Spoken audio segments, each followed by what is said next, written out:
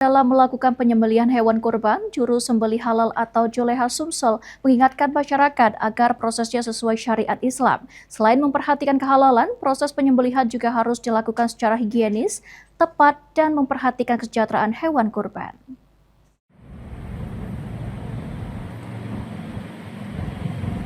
Menjelang pelaksanaan Hari Raya Idul Adha 1447 Hijriah, keberadaan juru sembelih halal atau Juleha menjadi perhatian penting dalam proses penyembelihan hewan kurban. Ketua Juleha DPW Sumatera Selatan, Ustadz Kemas Muhammad Ali mengatakan, terdapat sejumlah aturan dan adab yang wajib diperhatikan saat proses penyembelihan hewan kurban berlangsung.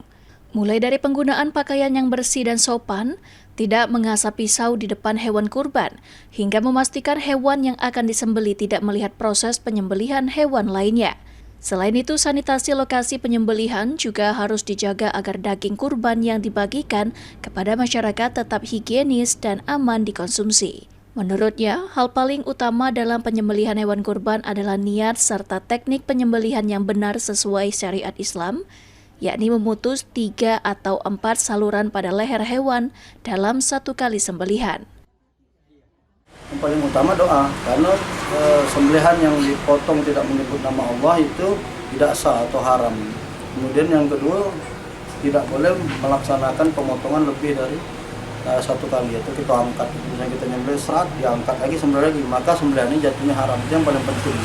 Jadi kalau sudah barang ini sembelih ini haram untuk dimakan, itu banyak dosanya, nanggung dosa. Hewan daging itu dibagikan. Baik, mungkin sedikit larangan pada saat untuk menyembelih hewan kurban sendiri apa saja mungkin Ustaz? Larangan maksudnya? Mungkin yang tidak boleh dilakukan pada saat menyembelih. Itu tadi tidak boleh menyembelih 2 kali misalnya. Kemudian tidak boleh tidak membaca doa. Kemudian kalau tidak terpaksa tetap hewan kurban harus dihadapkan ke dalam kiblat. Sementara itu, Ketua SDM Juleha DPW Sumatera Selatan, Prabu Jaya mengatakan, penyembelihan hewan kurban tidak dapat dilakukan oleh sembarang orang.